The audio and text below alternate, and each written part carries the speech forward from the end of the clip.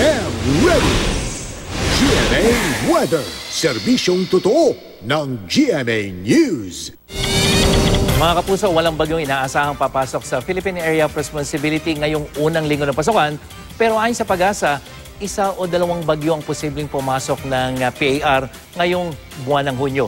At kung sakali, maaari itong maglandfall o tumawid dyan sa Luzon o posible naman na hindi ito tumama bago tuluyang lumabas ng ating Philippine Area of Responsibility. Bukas, maalinsangan pa rin sa malaking bahagi ng bansa, lalong-lalo na dyan sa may Dagupan, kasama rin dyan sa may Daet.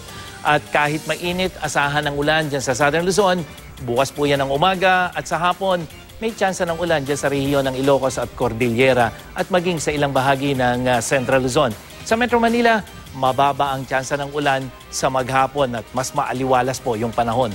40.8 degrees Celsius naman ang init factor bukas, pinakamaalinsangan yan kumpara sa ibang araw ng linggo. At sa Visayas, posible ang ulan dyan sa eastern at western section bukas ng umaga yan hanggang sa gabi.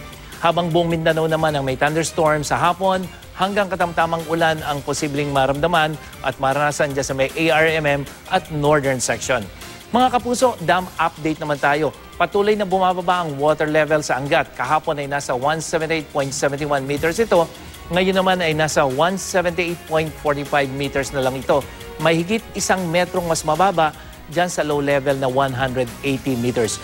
Bagamat 160 meters ang low level para sa pangangailangan ng Metro Manila, patuloy pa rin pong magtipid sa paggamit ng tubig. Yan ang latest mula sa GMA Weather. Ako po si Nathaniel Cruz. Pagplano para sigurado. I am ready. Serbisyong totoo ng GMA News.